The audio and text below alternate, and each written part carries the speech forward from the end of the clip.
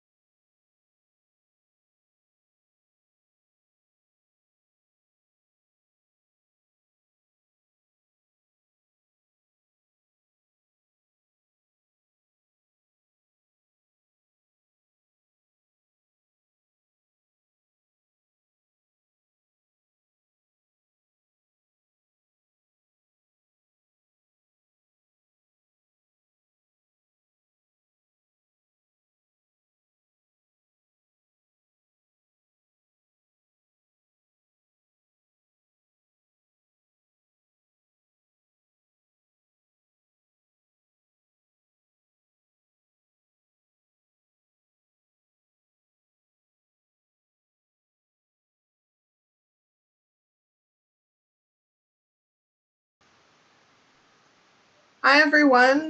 Good afternoon, and welcome to another installment of the Junior Refugee and Immigration Lawyers Network webinar. In this webinar, we're going to be giving you an overview of Express Entry and answering any questions you have. I'm Enbal, your host, and I'm joined today by Rui Chen of Sprintforms.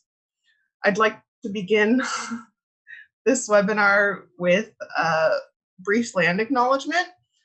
We acknowledge that the land that we're broadcasting on, Tekaronto, has been for thousands of years the traditional homeland of the Haudenosaunee, the Anishinaabe, the Huron-Wendat, the Seneca, and most recently the Mississauga of the Credit River.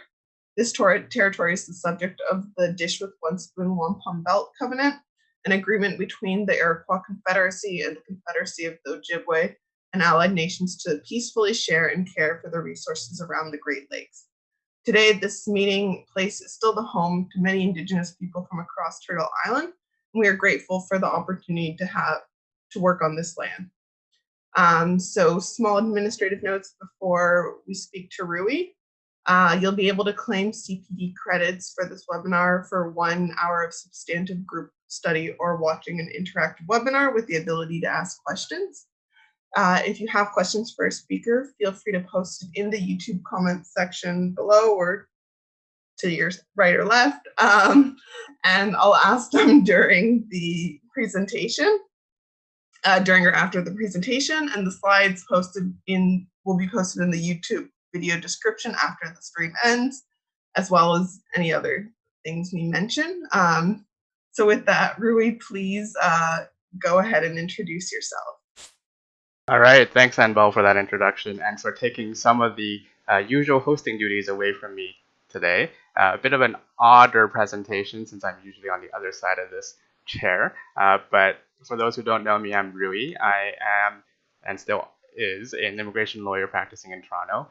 My main thing, however, is doing immigration software. That said, I've done a lot of express entry, and I think today's presentation is going to be a bit of a tutorial on what that system is, how it's organized, and how you can make sense of everything. So I think we can just dive right in onto my presentation. I'm just going to go transition into our slides and our little view. So again, Enbal is going to be monitoring any questions, and Enbal, if you have any questions, just feel free to interrupt me. I can't see you in my periphery, so just yell if you have any concerns or questions. Express entry and our economic immigration system in a nutshell. If you're new to it, it could be really quite confusing. Like as you see on your screen, there's a whole bunch of these terms and terminology, all of these things that we throw around as if these terms are kind of self-evident, like what they mean, how they work together, and really that is not the case. And it took me a while to figure out how these things relate to each other. And I hope today in our presentation that we're going to make sense of this map, and at the end of the day, go together on this journey of how express entry works and how these different aspects relate to each other. Before anyone asks, these slides will be made available shortly after the presentation in our email to follow, so wait out for that. So I'm going to do this on a bit of a reverse order. Let's start by first telling you what the situation was like before express entry was a thing. Now, before express entry, Canada's economic immigration was really driven by a few main programs. It was the Canadian Experience Class, right here. We have the Federal Skilled Workers, and we had the Federal Skilled Trade Program, and then also various provincial nominee programs that are kind of wiggling around over here. I'm going to go through what each of these programs mean in terms of eligibility, and then I'm going to connect the dots to say how are they managed by express entry. To some, if this seems very evident, hang on, we'll get to some of the nitty-gritties further down the presentation. So let's then start with our stalwart, the Canadian Express entry, the Canadian Experience Class. See, I'm already getting these terms mixed up. Pretty straightforward application program, pretty straightforward eligibility. This program is designed for someone who has, as the name implies, 1 year of Canadian work experience in a skilled position. Skilled meaning NOC A, B, or 0 in the employment standards chart that is publicly accessible. Just Google NOC and you'll find that chart. Just look up the particular work and correspond them to which level it is. It has to be A, B, or 0. So if someone has that 1 year of skilled experience, and depending on what level of skilled experience they need, NOC A or 0, they need a corresponding level of language experience. Someone who is in NOC A or 0 will need CLB, Canadian Language Benchmark, level 7 across the board of reading, writing, listening, and speaking. Someone who is in the NOC B category will need only CLB level 5 across, again, reading, writing, listening, and speaking. Now, bear in mind that how we determine language level, the CLB level, is through a standardized test that the applicant takes. So you actually get a report delivered to you that says this person has this language benchmark. If you have a certain type of test, you might need to convert it into CLB, but it's altogether pretty straightforward. If it's on the piece of paper, they get it or they don't. And the 1 year of Canadian experience, again, can be in any of these NOC A, B, or 0 positions. But if someone has both of this language ability and the work experience, they are a member of this class and they are entitled to become a permanent resident. So that's the most straightforward and most easy one. It complements this other category of immigration called Federal Skilled Workers, FSW for short, where the eligibility is a bit more stringent. CLB, for example, they need a language ability of 7 or higher. They need 1 year of work experience in the same NOC position. So it can't be mix and match. It has to be one same NOC category. And it also has to be continuous within the last 10 years. Now, unlike Canadian Experience Class, this work experience can be anywhere in the world. And it can also be during your studies. And there's going to be a little chart for work experience in a bit. But this work experience has to be, again, continuous and in the same NOC position. They also need to have education that is equivalent or higher to a Canadian secondary degree. Coupled with that, they have to have enough funds. Roughly, for single persons, about $13,000. It changes. I would say it goes up every year. It's adjusted for inflation. They usually send out a notice to tell you if you need to meet higher or lower thresholds. And it also varies depending on how many people are coming into the application. So 13,000 is for one person. It's higher if it's 2, 3, or 4. with children and a spouse, for example. So someone who has the language ability, the work experience, the education, and enough funds, they also have to pass this 67 selection criteria mark. What does that mean? Well, based on their biographical, employment, and educational history, applicants, the main person, is assigned marks based on the language, education, work experience, age, and all of these things that you see on the screen now. And they need to have at least 67. It's a pass or fail. It doesn't matter if they have 67 on the dot.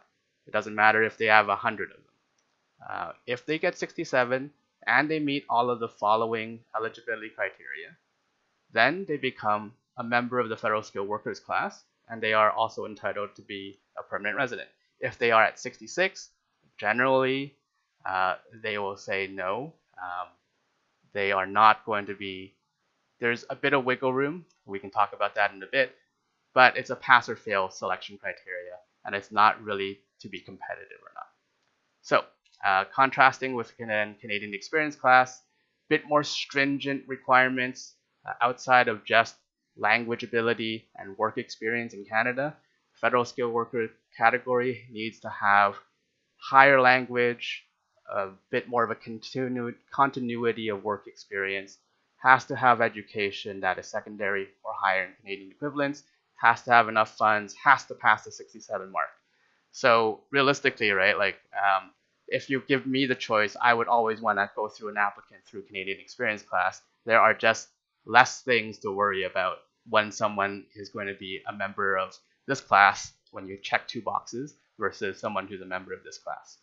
Now, those are the main ones. Of course, there's also something called the federal skilled trades.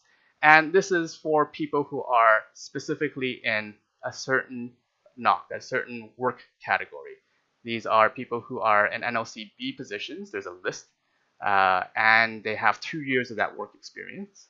They have a language threshold of CLB 5 for speaking and listening, CLB 4 for reading and writing.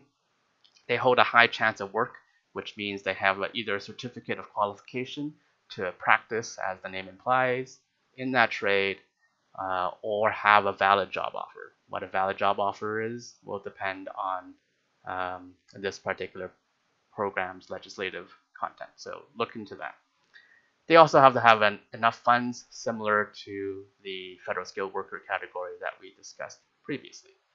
So this is another version of the federal skilled workers, how I see it, but it's meant to be tailored towards people who are specifically in the trades.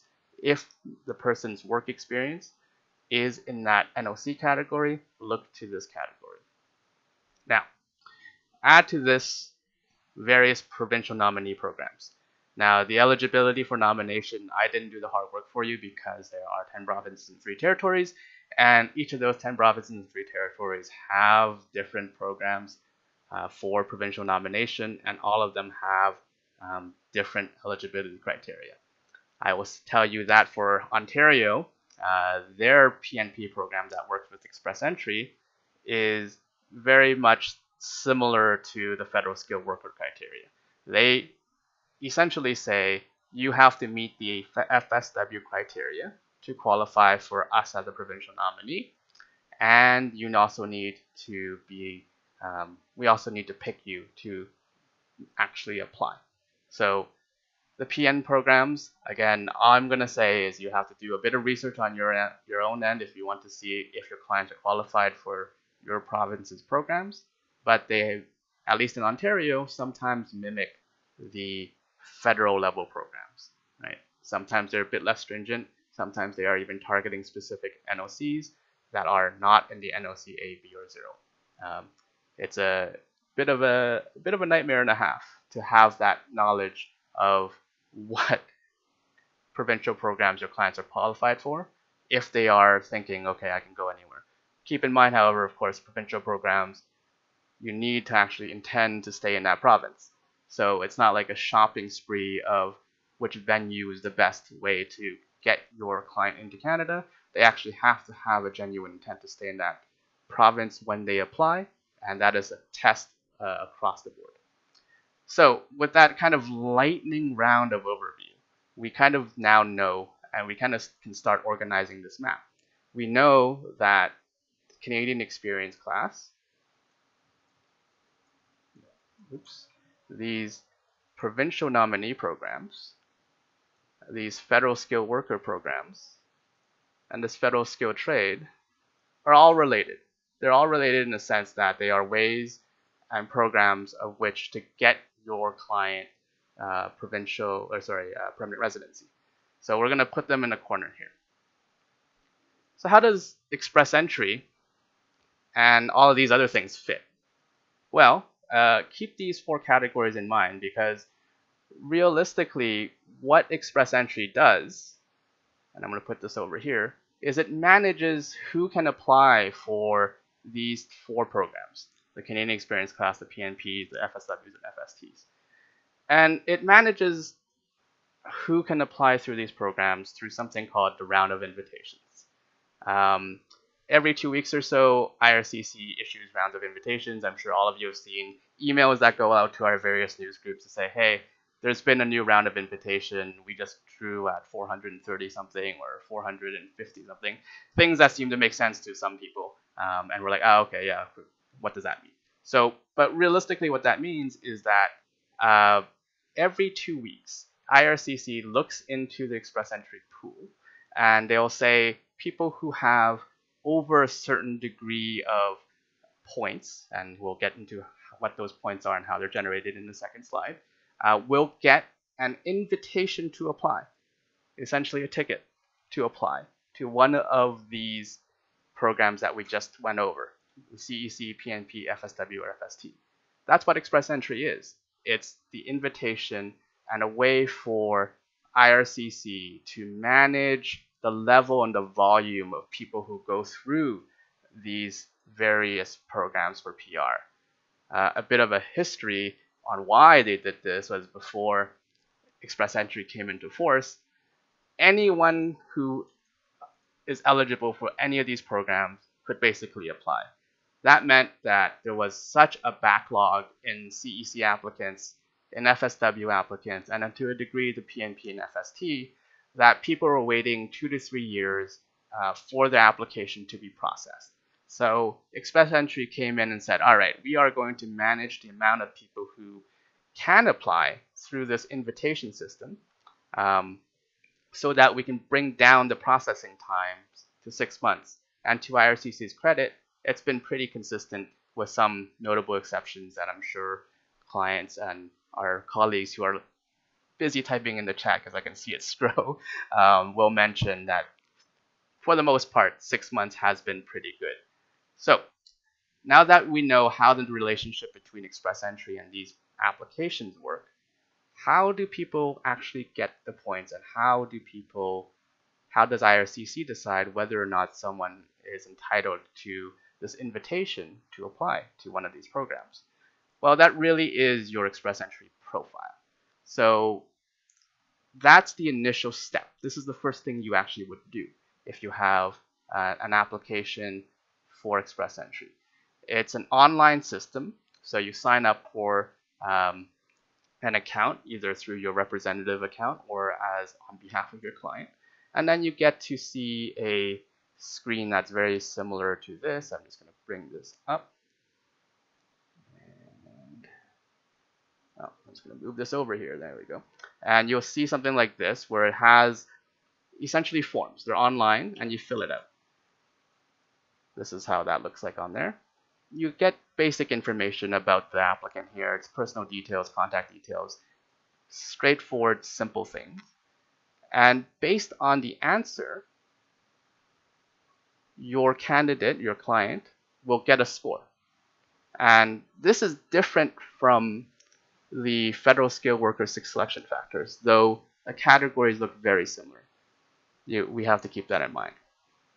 So here are the criteria of which an applicant can receive express entry scores. It's out of a theoretical maximum of 1,200 plus about 60 for bonus points that they added recently. Well, not recently, about 2 years ago, but it's based on, again, very much similar to federal skilled worker category, someone's age, someone's education, someone's language ability in both English and French, their work experience in Canada, their work experience abroad, if they can combine it with education, or if they can combine it with foreign experience, and whether or not they have something called a qualifying offer of arranged employment.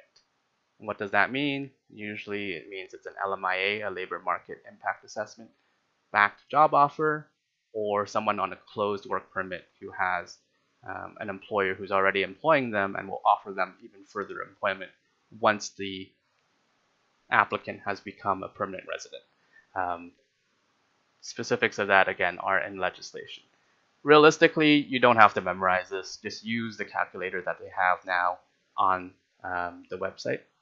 So I'm just going to click through here, and you can see they have this handy dandy thing that you should have high confidence in their ability to calculate and estimate the points of your clients.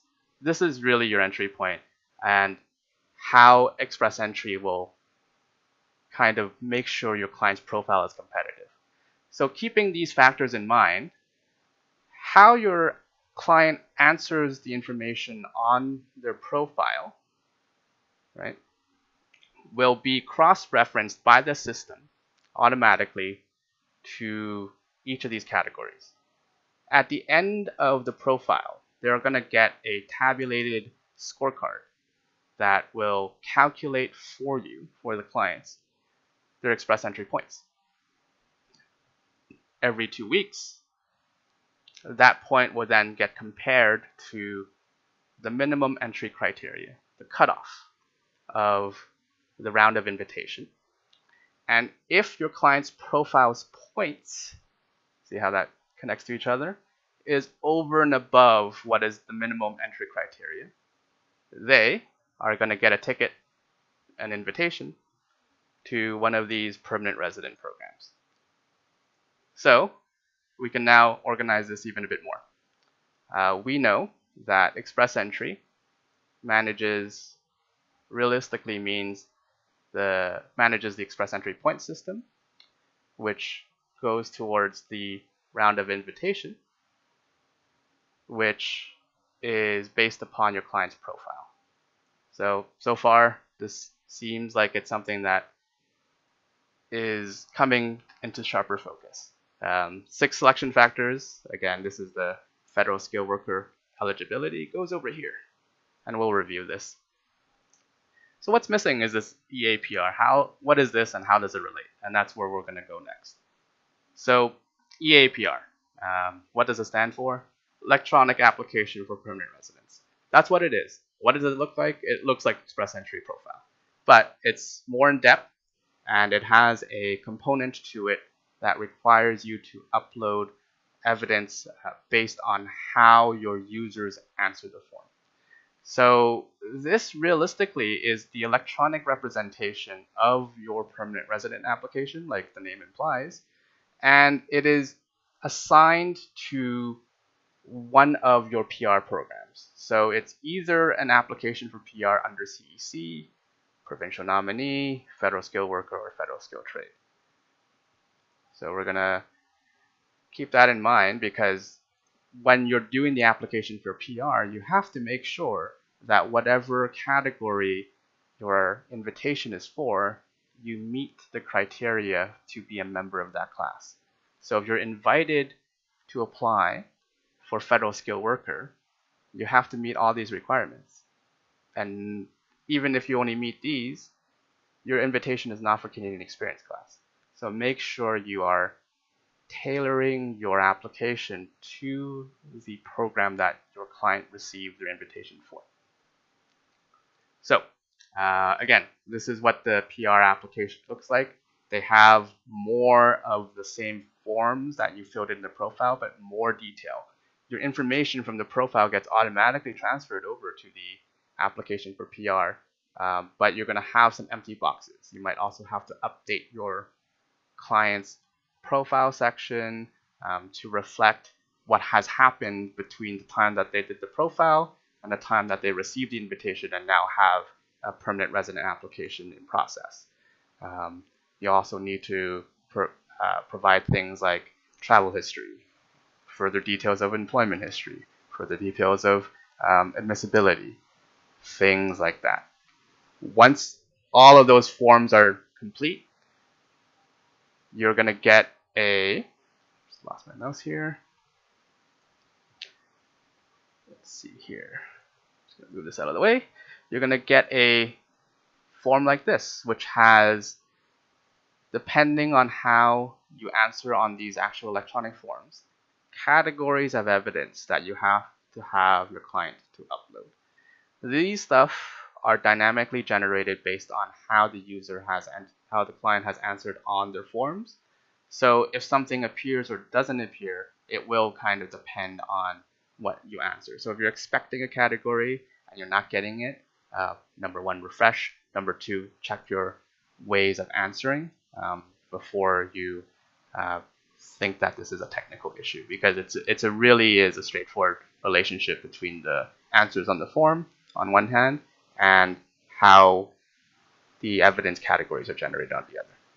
And FYI, these screenshots are just pulled from Google, so they're not my clients. If anyone was concerned about these people's names appearing on my screens. So when your application for PR is complete on here, you pay your fees. They've recently gone up. You pay your biometrics, and you submitted an application essentially for one of these programs at the end of the day. So where does this EAPR fit in? Right here. So going through this again, what does that mean? Express Entry manages your profile, and from your profile, you get your Express Entry points. So these two things are going to go in reverse.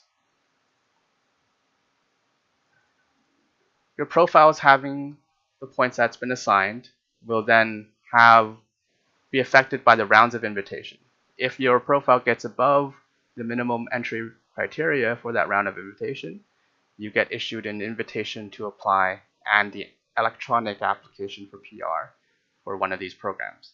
So EAPRs are linked up like so to any of these.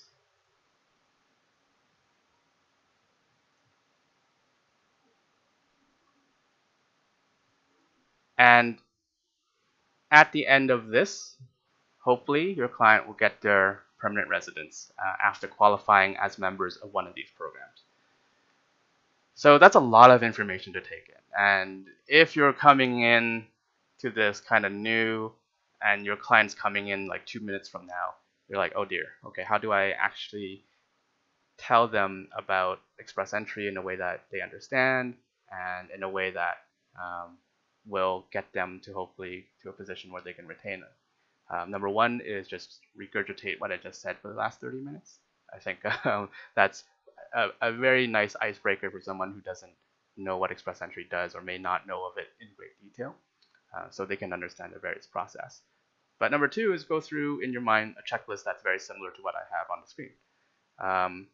Figure out that your client's work experience, first of all, qualify them for any of the programs that are managed by Express Entry.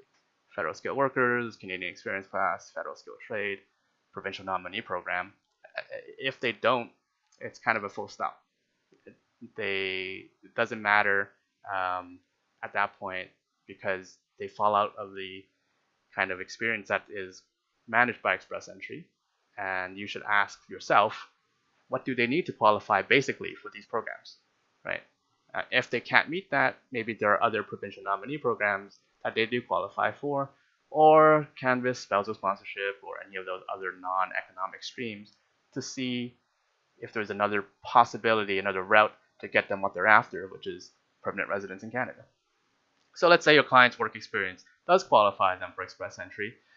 Ask also, has your clients completed their language testing and their education credential assessment, which is the two pieces of paper that you need to have for your Express Entry profile, right? If they haven't, then they're not ready yet, because they need to have the language test and the ECA to make a profile. And the third thing is, let's say they have the ECA, they have the language testing, they have eligibility for one of these these federal programs or the provincial program, does your client have enough criteria to actually receive an invitation to apply, right? Do they just meet the bare minimum of a federal skilled worker program, for example, but fall way short of the points that are going to be necessary for them to receive that invitation to apply to get that EAPR, right? If they're scoring only 300, they're not going to get an electronic application for PR because they're not going to get the invitation to apply. So ask yourself at that point, what can your client do to increase that likelihood, to increase the points? Usually that means better language results, so they have to write a test again. Sometimes if they're nearing the anniversary dates of their work experience, going from 1 year to 2 year, that could be come back in a month or two. But rarely is it going to be anything else besides rewriting a language test or waiting for a work anniversary. Though I guess there are scenarios where employers are willing to suddenly, or not suddenly, but at least offer them a offer of employment that will give them extra points, 50 or 600 depending on. But in any case, go through this list mentally in your head or write it down. And if they answer yes to all three of these big questions, they have what it takes to be eligible for one of the provincial programs or the federal program. They have their language test and their ECA, and they have enough criteria to get them points on their profile, enough to meet the minimum entry requirement. Then you're ready to go. Caveat doesn't mean that you can't retain them earlier. It just means they're ready to go at this point. All right. So again, lots of information to digest, and I'm giving you a very much of a brief, basic overview with kind of a lightning round. I'm not getting into the nitty-gritties yet. I'm going to go into some tips and tricks. But before I do, I want to pause here and stop speaking for a minute and see if you guys have any questions. Yeah, there's been a lot of questions. Uh-oh. I kind of was keeping them, and I didn't want to interrupt you because you had a good flow going. Thank you. Some are easier, some are harder. Easy one is, this is being recorded, I'm guessing? Yes, it is. It is. Yes. Cool, we got that one. So this is an interesting question. So for the federal skilled workers, can you use only one NOC code for everything? Like if an LMI is involved, if there's extra points for experience, does it have to be in the same NOC code? Effectively, like if you have job experience in the second NOC code, is that kind of irrelevant for specifically federal skilled workers? Okay, so that's actually a good way for me to go into an explanation about how work experience works in general. The answer to that question is you're able to use your experience and the NOC in one continuous NOC code in the past to be eligible for federal skilled worker. And then you're going to be able to use your offer of employment for several different reasons. You can use it for having more points under the 6 selection factors under arranged employment in Canada. You're also going to be, if your employment qualifies, be able to use that experience for your express entry points. Which, if you think about it, that means your one period or multiple periods of work experience have different definitions of what you need that work experience to be in order to qualify that work experience for what you want it to do. So your 1 year work experience has to be your eligibility for federal skilled worker, which has a different definition. It also has to have your potential points under the 6 selection criteria, which again has a different definition.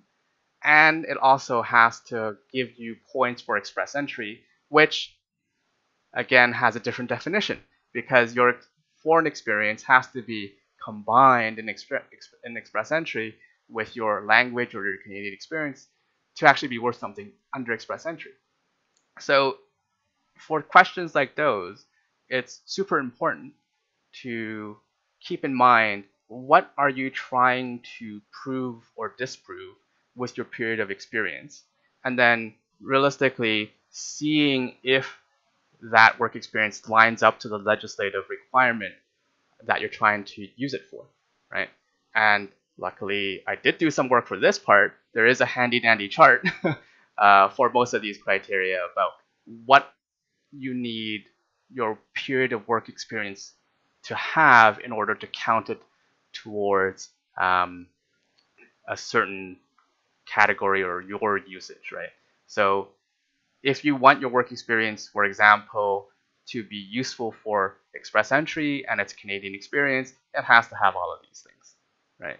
Or the things that says yes. If you want it for federal skilled worker eligibility, then it needs to meet these criteria. If it's for your 6 selection factors and points for that, you need to have these eligibility and so forth. So there is at least on this chart 5 different definitions of what work experience is or is not. So it's a fun question, but it's one that you'll really have to look into what you're trying to do with that work experience or that offer of employment. Like, are you using it for express entry? Are you using it for the 6 selection factor? Identify that, go to the legislation, make sure that period of work experience meets the requirements of what you're trying to do. Hopefully that's clear. Yeah, that's part of why I didn't want to cut you off, because I knew some of the answers coming later. So does a job offer need to be in the same NOC code for which the candidate in the federal skilled worker program is claiming foreign experience? Right. So if you have experience in HR, but you get an offer for executive assistant, does that matter? Right. So how would you find this out? If this is a very practical example of what I mean. I think rather than just giving you the answer, I'm gonna go ahead and do this so that I'm not wrong. Number one, and number two, so I can show you guys what I mean. So the question is, does the job offer for federal skilled workers need to be in the same NOC for it to be useful for, let's say, the federal skilled worker 6 selection criteria? How do I go find that out? All right. Isn't this fun? It's the legislation, you know. So I'm going to go to the FERPR, the regulations, federal skilled worker, and make this a bit bigger for everyone. Selection grid. So now I know that I need my experience my offer of employment to count for something here in the selection grid. Right. So I'm going to find the section that gives me the selection grid points.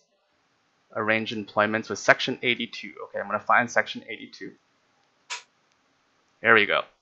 In this section, arranged employment means an offer of employment made by a single employer, right, for continuous full-time work, and that is in an occupation listed in skill type 0, A, or B.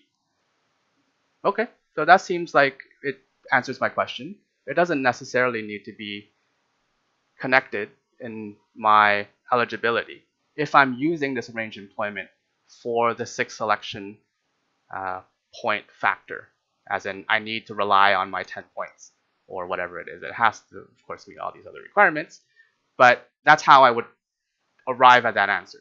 You know, look into the identify what use you have for this arranged employment, and go to the legislation or the ministerial instructions to make sure that your use of that is justified and able to be, you're able to point to a legislation that says these are the requirements I need to meet. My offer has these requirements, and therefore I'm entitled to these points or this eligibility.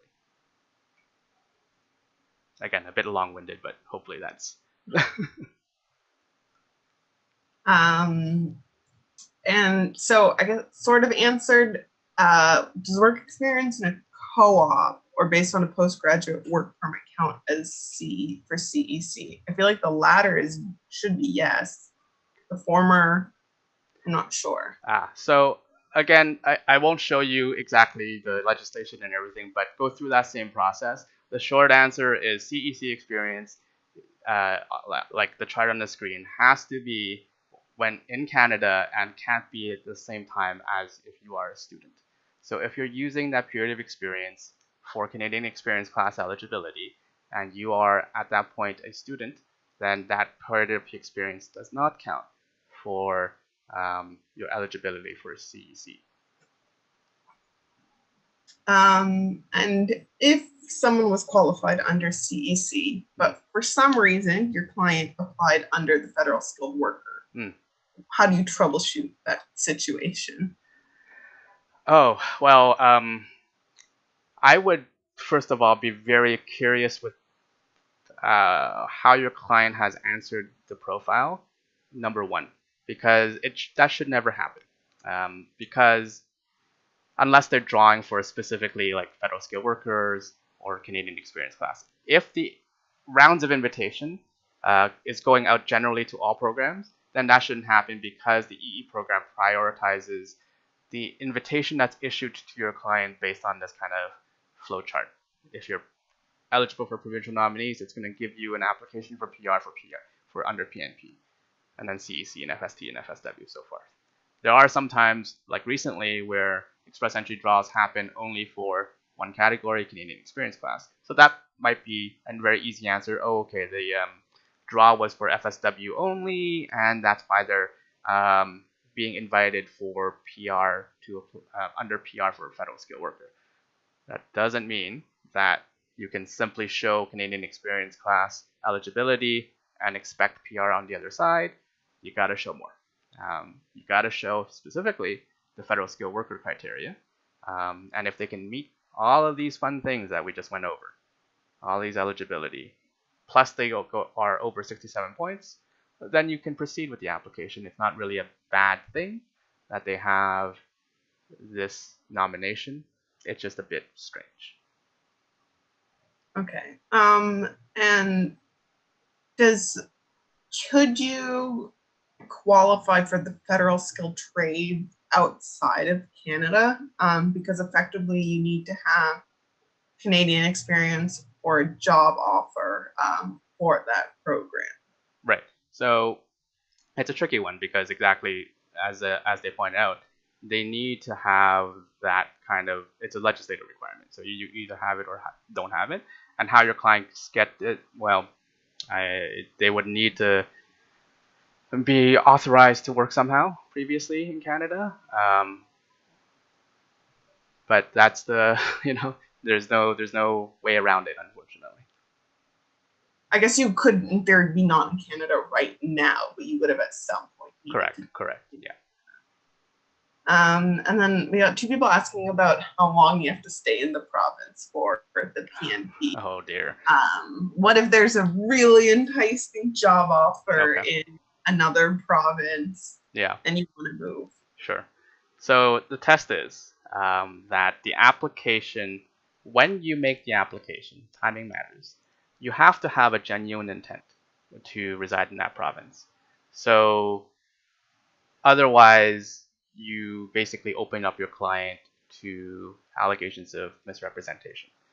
Part of the forms that you do for provincial nominee programs is you declare exactly that. I, Rui, intend to live in Ontario once I have my permanent residence application. Of course, that doesn't mean that intentions cannot change. So if you apply for your PR, you get it processed and approved, then you're like, all right, I now have this job offer in BC that's going to pay me double what I get, and it's super attractive. Okay, your intentions have genuinely changed after you've applied for PR, and you can move. And that is probably the most ideal scenario. Generally, though, if your clients have no intention of staying in the province that they are applying for PR for, that's in your head when you have a full stop.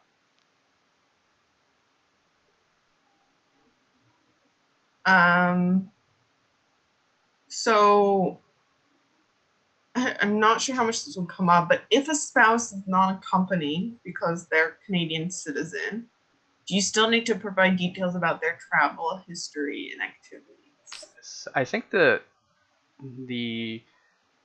latest, and someone can correct me if I'm wrong because I'm sure there's an MREP response on this, and MREP response is the immigration representative inbox that CIC runs. You do need to provide everything that the application profile requests of you from the spouse. There are certain sections that will generate evidence boxes, and I think the latest was you can upload an explanation letter saying that accompanying spouse is Canadian. Sorry, theoretically it's a non-accompanying spouse, but the spouse is a Canadian, and I'm not relying upon their criteria for any points, and that's how you would ignore the parts that are automatically generated for the spouses. Sorry, it's okay. I see it. I see it scrolling, and I'm like, oh. Okay, so does it make sense to apply under a related but less senior NOC code if it's still under level A/O, but as to get more points for experience? This is, I guess, if you have a situation that you have two plus work experiences that are kind of under different NOC codes but similar, and maybe you could kind of walk down what they did in one role so that you have more experience. Sure. So I'm going to bring this question back to this slide of the differences in work experience, right? For work experience in Canada, for the purposes of express entry, it really doesn't matter whether you're an NOC A, B, or 0, as long as you are in one of those categories. And you can mix and match all the different types of experiences you want. NOC A for 6 months, NOC B for 6 months, NOC 0 for a year. And still use that harmonized additive experience for your purposes of express entry points for Canadian experience.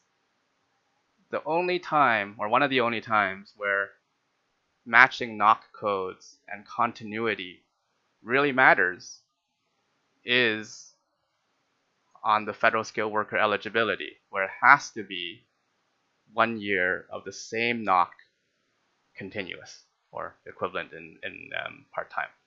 So I know that my word vomit probably isn't the most clear about what I meant, but it really is important to identify first, what are you trying to do with that year of experience or time of experience, and then not kind of inject additional requirements that are unrelated in FSW or CEC into that point of a work experience because you don't need it, right? So for that particular question, if you are using the experience for express entry, you only need to meet the express entry requirements, which means you can combine with other periods and have at it. So go with the highest level NOC, have at it, and prove what you can prove.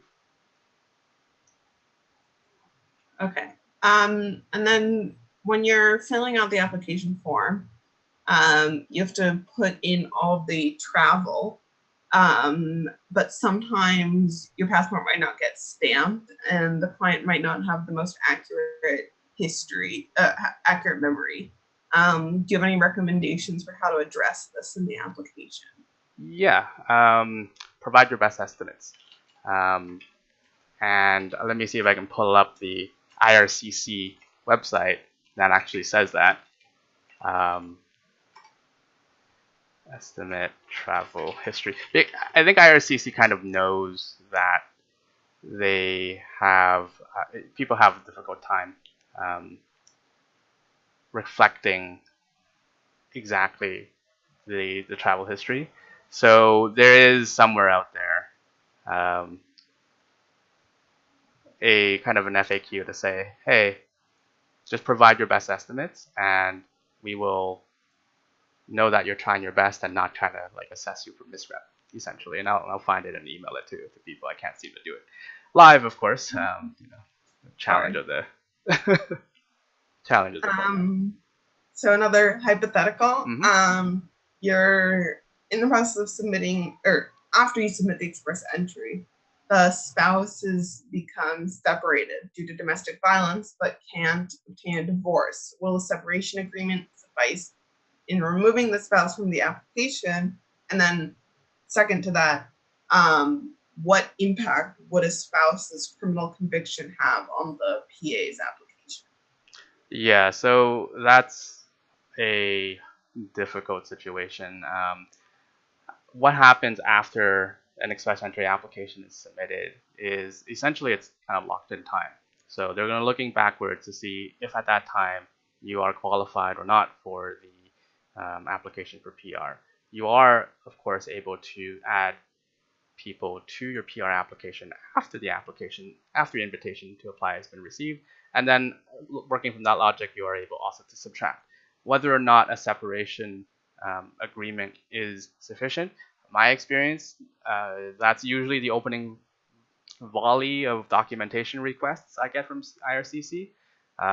You say, hey, client's been separated for this time, here's what's going on. And then IRCC will basically say that they need additional documents and request additional documents until they are satisfied that they can remove the dependent on the application. It's a bit trickier, however, if the person who's separated is not the PA, the principal applicant, and is instead the dependent, in which case I think that's when you have to look into whether or not they can be landed through other avenues other than express entry if they don't qualify by themselves. I don't know. We don't have tons of time. If there's still more questions. Oh, geez, this is a big topic. Why did I sign up for this? But let's try to keep going, and I think the questions have slowed down, so hopefully we'll get through them quickly. So if a client submitted a PNP application and they want to apply as a federal skilled worker, can that be submitted while the PNP app is pending a decision if they haven't received an invitation to apply yet? Well, if they haven't received an invitation to apply and it's only at the provincial nominee stage, there is no reason why they can't actually submit an EE application. It's a bit trickier if you are in the stage where PNP application has been approved and you're going at the federal stage where they're getting you your PR or not. At that point, there is some language out there that says, a client shouldn't have more than one express entry profile, they shouldn't have this or that. But I don't think there's any legislative basis on preventing them from having two separate PR applications going on simultaneously. In fact, if I recall, there was language explicitly allowing for that, maybe not legislative language, but at least on the website, that allows you to have two parallel PR applications. And then whichever gets granted is the one that gets you to the finish line first. Now, if you're doing that because your client is no longer interested in staying in that province, then you just withdraw the PR application for the PNP and then start fresh with the federal PR one, maybe after they get their invitation to apply. Practical solution to that. And what if you don't have work experience in your field of study? Does that matter? I'm going to defer. I'm not going to answer that because I'm going to be annoying. No, realistically, it doesn't matter. But why doesn't it matter? Because again, that period of experience of work history, what you use it for, has different requirements. I don't think any of the requirements requires anymore for that period of work experience to be tied to your period of study in any way. So look those requirements up and then tailor your subs, tailor your answer to your clients with those requirements in mind. Cool. And then, do you by any chance have insight as to when the next draw? Ah, yes. Excellent. All right, I have a slide for this. Hold on. Okay, so this is a common question that clients ask, like, what's going to happen in the next slide or in the next draw? What's gonna, like, do you have a crystal ball that you can tell the future to IRCC with? Generally, your answer is going to be, well, it's up to the government, but there's enough things out there to glean what's going to happen. So generally what I say is pre-COVID 450 plus is competitive. Post-COVID, we've been seeing invitations for Canadian experience class only at about 431. The last one was like a week and a half ago. You can also prognosticate based on the information that's available on the IRCC's website. So if you go on the rounds of invitation, and I'll just lead you guys there, note a few things. I'll make this a bit bigger. IRCC issues roughly about this many applications, sometimes more, sometimes less. Note that they also break down how many people are in a score range, right? There's 21,244 applicants that are sitting above 450. So what can you infer from this? That most of these 21,244 are federal skilled worker categories. Otherwise, they would have been invited to apply under Express Entry for Canadian Experience class. What can you also infer is that when they open up the invitations to everyone else, all the other categories, you're not going to see an invitation for lower than 450 until they exhaust 21,244 at 3,500 every 2 weeks. And keep in mind, people keep applying for the pool, so this replenishes, right? So the educated guess that you can't really, that it's educated, but you can't guarantee, that once they have new rounds of invitation in the future, it's going to be above 450, right? And that's how my logic works when someone asks me about where I see this going in the future. Take a look at how many applications IRCC is managing for that invitation round, see how much the breakdown is, and then see where your client sits. And if they're above that category, then you're good. If not, then wait a bit longer. So from my understanding, only the federal skilled trades gives, let's say, preference to certain occupations, right? There's no under the CEC, and it's only the ones that have been stipulated by our IRCC. That there's no certain occupations under the federal skilled workers or the CEC that would give you extra points. That's right, not anymore. It used to be back in the day that certain NOCs would be qualified for FSW or CEC, and you might see old information out there from pre-express entry that speak to a certain NOC requirement for CEC or FSW, but that's the way that they used to manage how many dozens and thousands of applications come through the system. But since express entry, a NOC list does not exist for Canadian, a NOC list does not exist for Canadian Experience class or federal skilled workers. It may exist for some provincial programs. So for the longest time, Ontario didn't want to, I guess, admit is a bit of a strong word, but at least post publicly what their preferred NOCs were. But there is a list of NOCs for the provincial program of who they will invite to apply for their provincial program.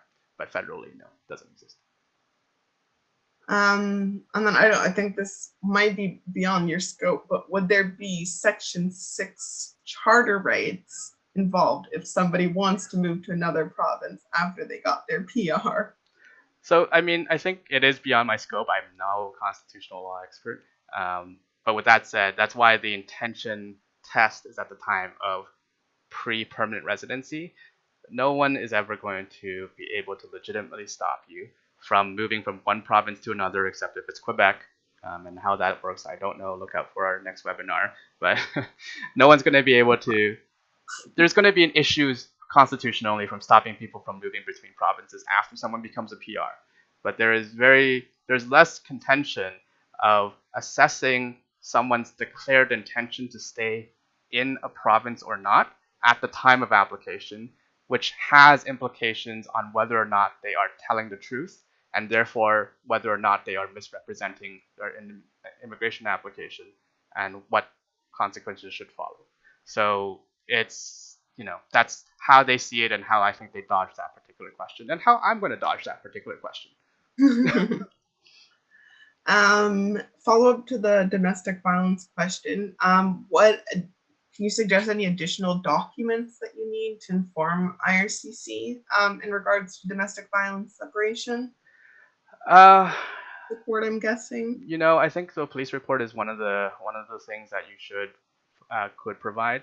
I really don't want to like give a definitive list because I know there really isn't. Realistically, I've had protracted battles with IRCCs in the past of documentary requests to say, is this person legitimately separated? And then they go through an entire process of proving that the separation's for real before they remove a person from the application.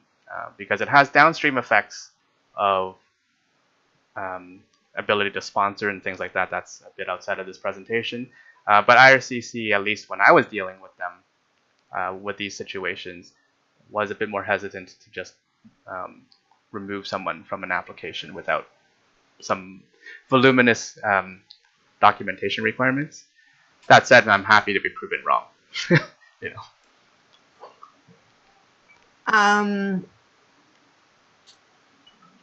And can a person directly apply? I'm guessing the answer is no, but can a person apply any more directly to any of these programs without the express entry process? No. They've pretty explicitly said no, and pretty explicitly they say that you cannot use Section 25, which is the agency provision, to get around the express entry part of it. So you either meet it or you don't, which means that if you're making an agency app or something like that that has kind of extenuating circumstances to explain why someone doesn't fall under these provisions, I think express entry may not be the perfect avenue for you to do so. And for calculating the 12 months of work experience in Canada, is it 365 days on the dot? How do vacations count? So there is no legislative basis for that, whether or not you need to have 365 days of work experience. So that's number one of how I would troubleshoot that. Number two is there is, however, processing manual kind of instructions on an officer's decision making that they follow. You can find it under the IRCC website. And if you look into the work experience for Canadian experience class, there is a section in the processing manual that says reasonable allowance of vacation of 2 weeks for every year will be allowed. So not legislative, but better than nothing. Okay, I think that's kind of it for the question. All right. I'll let you, just because we do want to wrap up, get into your last slides about tips. So there's a whole bunch of tips and tricks here that I've kind of laid out. I'll go over them real quickly, cognizant of the time. So points your clients will receive will directly depend on how you answer your profile. So there's no real magic behind it. If your client is receiving points that are too low or too high, look at how they've entered their entries in the profile. 100% of the time, it's going to be because the work experience may be misdeclared. You check the box when it shouldn't be checked. Read the labels very carefully because they will affect directly whether someone does or does not get the points. Similar to how supporting evidence works when you upload, what appears on that checklist is going to be directly related to how you answer your profile.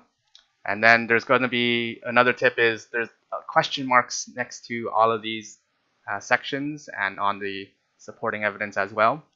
Read those if you're not sure about what to upload. They contain great nuggets of information, like make sure your police certificates are in color. Who knew?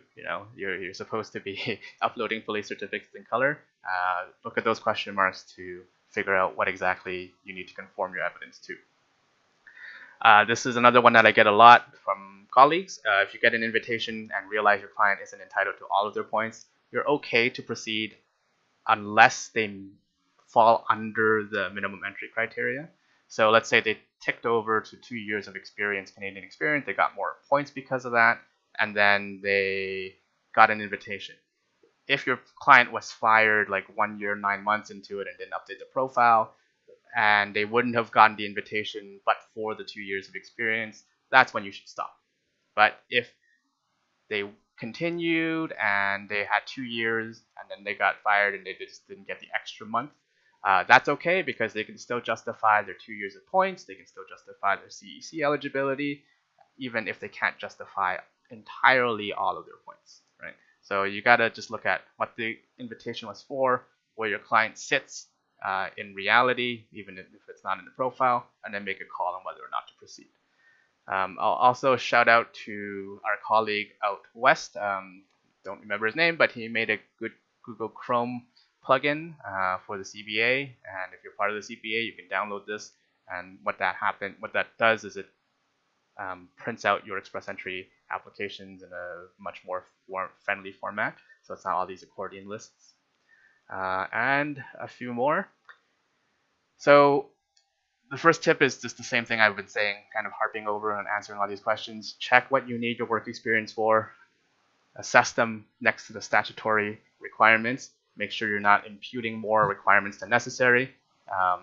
And make sure to just go back to the basics when you're not sure about something. Which is going into basically my last point here is, regardless of what people say, regardless of what I say, regardless of what a website says, if you're not sure about something qualifying or not, it seems very intuitive, but like I didn't realize this until a bit later in practice. Just go to the legislation, go to the ERPR, go to the ministerial instructions, because they are the ones that reign and govern. If something is not described in a way that you think and you feel strongly that this is how the law applies, then your role as counsel is to inform your client of your belief, why that is justified, and then use the legislative requirements to the best benefit of your client, right? So go into the MIs, the ministerial instructions. I have links here.